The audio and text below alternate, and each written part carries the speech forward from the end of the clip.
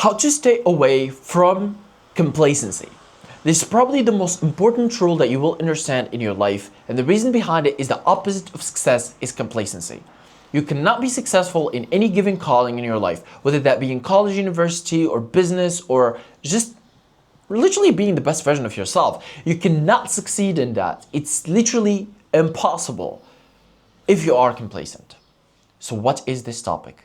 I'm going to explain it in a way where I'm going to mention all the books and entrepreneurs that talk about it. I'm going to also mention first-hand experience, and also I'm going to give first-hand experience where the best stories that I've succeeded because I wasn't complacent, and also the best stories where I have failed because I was complacent. So let's get started.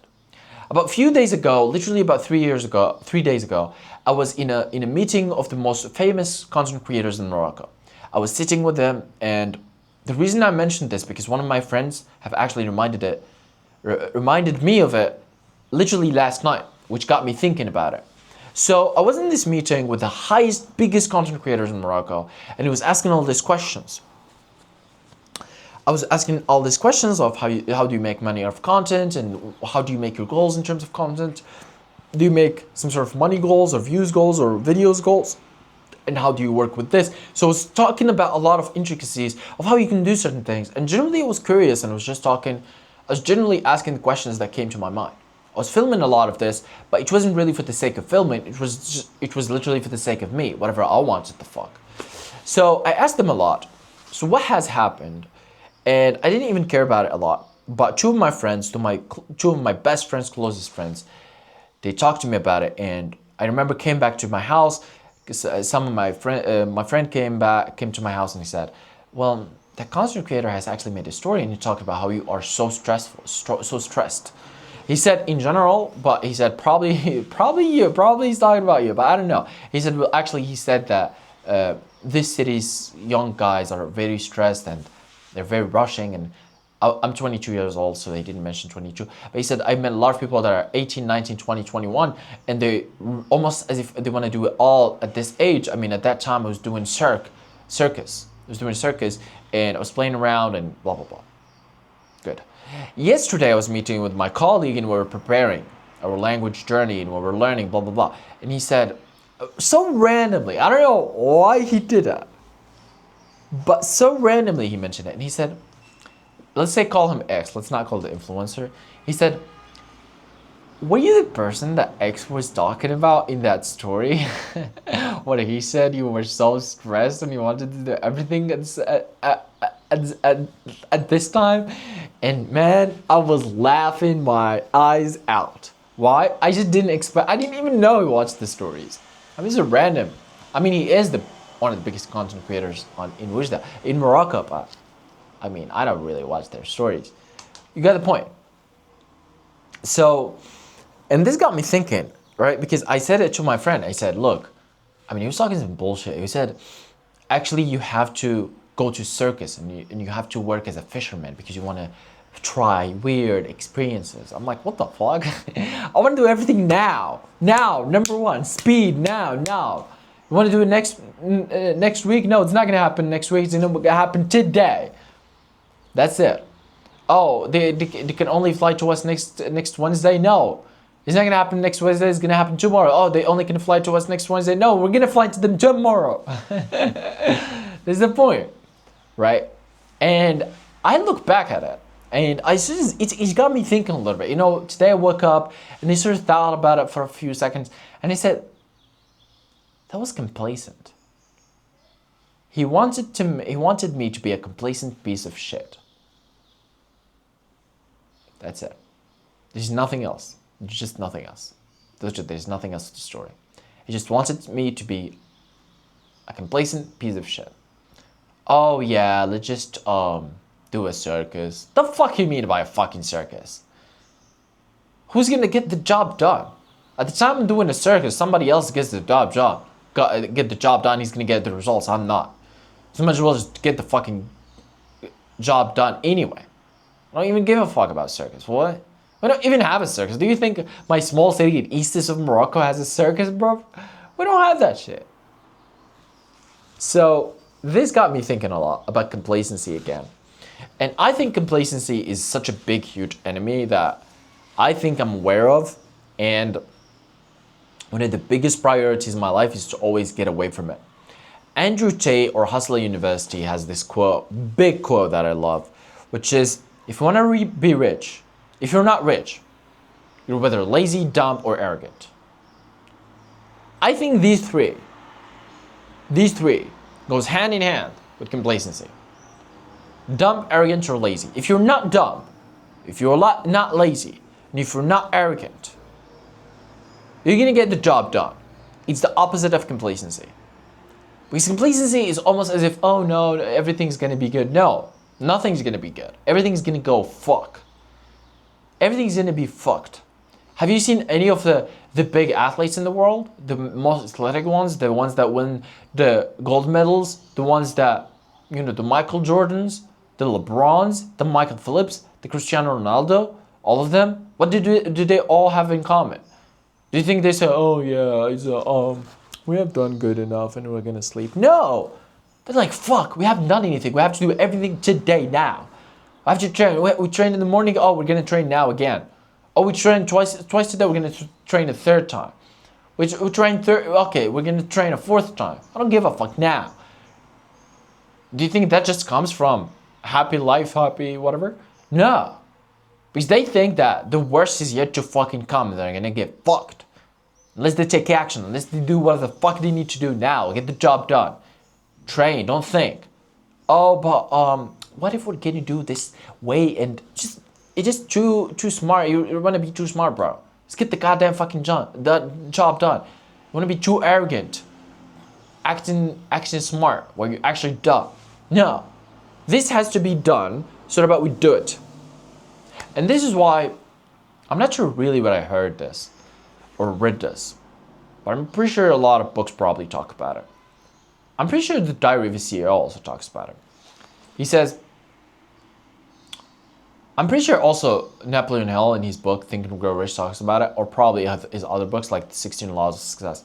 But the point is, once you look at the most successful people, and I mean, you don't even need to read books to know this. If you just had a good experience in your life and you've met more successful people, millionaires or billionaires, whatever your experience is, you'll find out that they're pretty dumb. They're not smarter than you anyway. I mean, you can take even a smaller version in college, the first person in class. He's probably the dumbest person you know. He's not smart at all. At all. He just does few things that will make him the first person in class. So it's really not about being smart. Being smart really doesn't help. Right? I mean, even going to the gym. Think about it. If you go into the gym, you find out that most people that go to the gym are really the dumbest people. Because the smartest people think they're too smart. Oh, I'm gonna do this and I'm gonna eat this enough protein, and the motherfuckers in the gym don't even know what protein is. And they're jacked as fuck. I'm gonna be honest with you. I'm gonna be honest. I'm a nurse. I know all about that.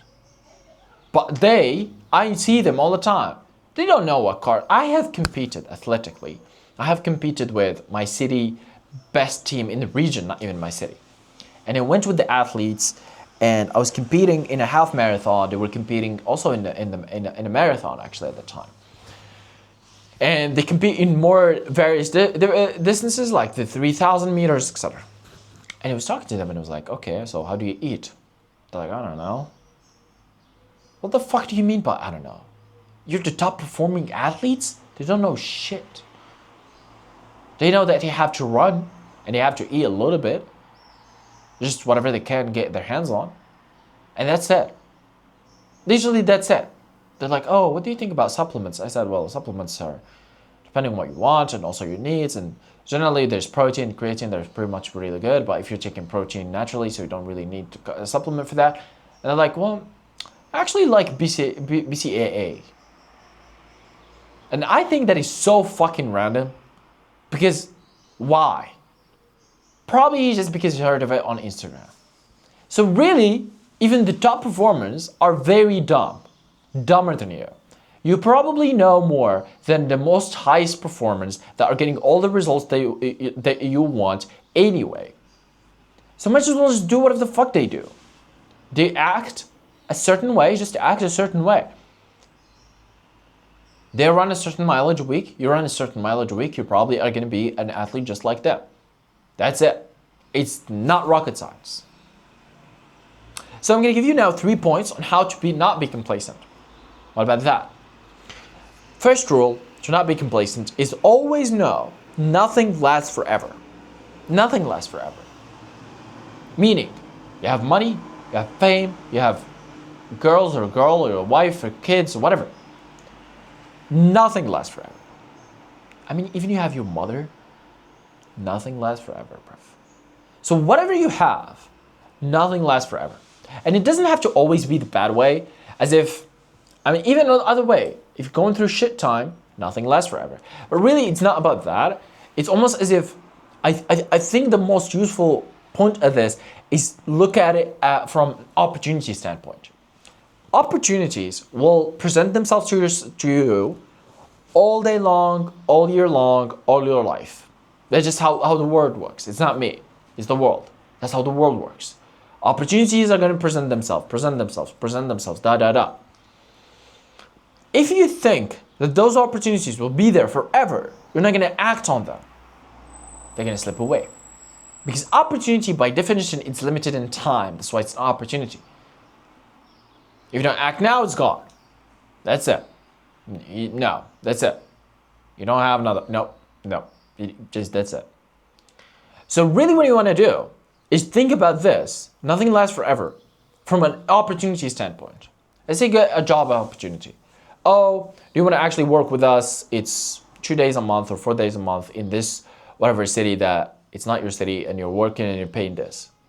You think, oh, this job will probably be there whenever I wanted it. No, you're wrong. Someone else will take it. Say yes, take the job, because that's an opportunity. I mean, even with people, you see a certain person. Oh, that person is a fucking good, and he has what I want, and he's an actually expert in the field that I want to be in. He has what I want. He done what I want. He teaches what I want. You have an opportunity of probably 5 seconds to 10 minutes, depending on the situation you're in, that you go to him and ask him a couple questions. I mean, I'll give a good example of this. About 1 or 2 weeks ago, I was in this touristic city. I saw a person who has a Range Rover. It's pretty expensive. He came out, he was a man, and instantly I said, hello, sir. You see these videos of like, how is this your Lamborghini? How have you made your money? That's exactly how I asked. I said, hello, sir. Actually, I'm pretty sure I really want someday to be able to buy such a good car like you.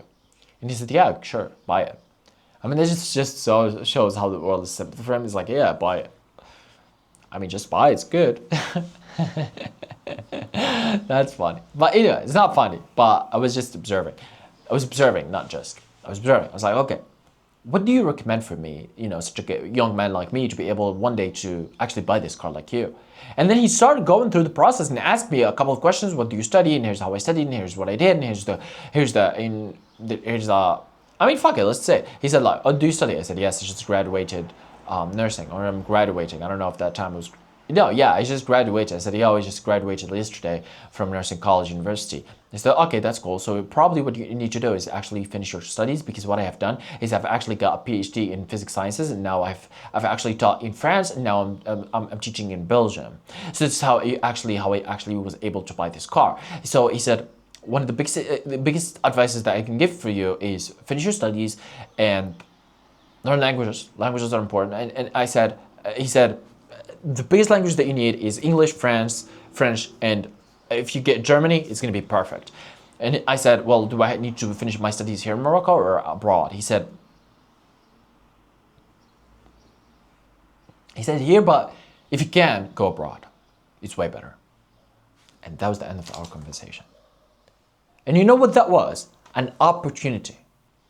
Because I had 1 to 5 seconds to ask him. If I didn't, I wouldn't have known ever in my life how that guy has made his money and he's bought that Range Rover. So that was number 1. To understand that nothing lasts forever. Rule number 2 with complacency is things are getting fucked. The worst is yet to happen.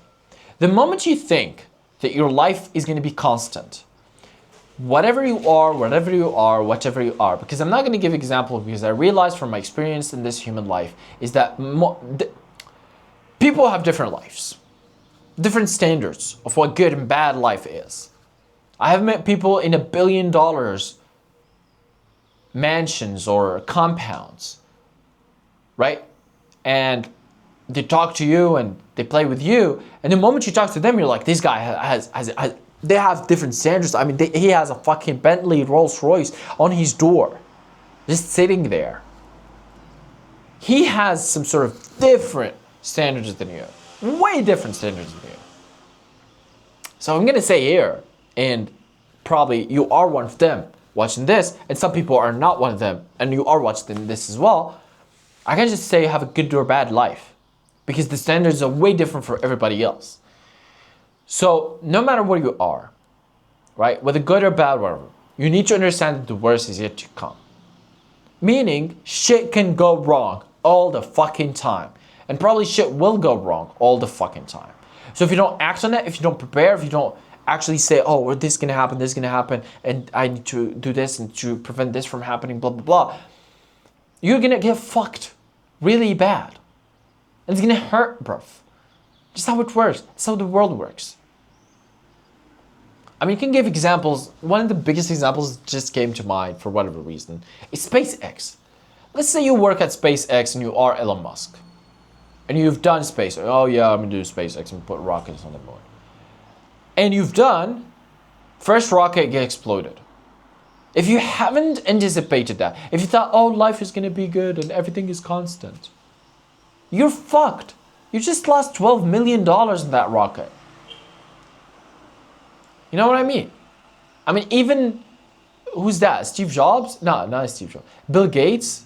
Not Bill Gates. Jeff Bezos, with his Blue Ocean, whatever called that company of almost like SpaceX, but his version, just blew up an entire rocket. Do you think if he thought that the life was good, will be able to adapt fast, come back at it, and make the tweet that he made, and he said, well, we learned whatever bullshit he said. It's one step closer to putting rockets on Mars, whatever bullshit. They say some weird shit. Got the point. No.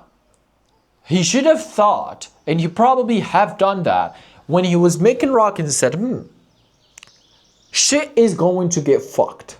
We're gonna have rockets that gonna get fucking exploded because we are a rocket making company that puts rockets in space. Some of them are gonna fucking explode. It's the rule of averages. Some of them are gonna fucking explode. It doesn't matter how good or bad we are. Some of them are gonna fucking explode. So the worst is yet to fucking come. Also, this is an important rule. Second rule, to not be complacent. The third rule, to not be complacent. So now we know that nothing lasts forever. We know that the worst is yet to come. And complacency always is fixed with speed. Now you're going to say, well, how does speed actually fix complacency? Let me tell you this. Let's say you have a task. You need to clean your room. I don't like this. I don't like it. Let's say you need to do some paperwork. You need to do some paperwork. You're going to pay your taxes, whatever. Bullshit. It's the house taxes. Even this is a paperwork. Just make it vague. It doesn't really matter to be specific. You're making your paperwork, whatever, and then you get complacent. You're just like, oh yeah, whatever. I'm gonna do the paperwork. It doesn't really matter. What is that? Slow, because it's gonna take you years to make that paperwork. What I do is I'm like, oh, I have paperwork, I'm gonna get it now.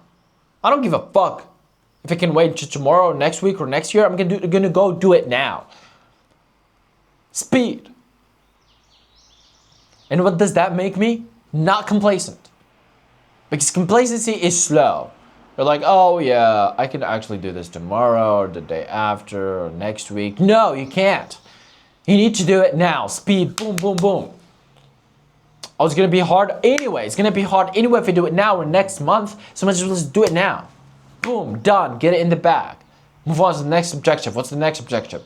Oh, another paperwork. All right, now call some people. Blah blah blah. Look up Google. Oh, what's the number of this whatever agency that I need to talk with?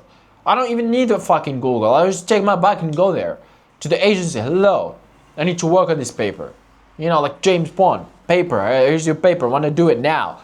Oh yeah, you gotta wait. No, I can't wait. I actually have a lot of errands and I have a lot of responsibilities.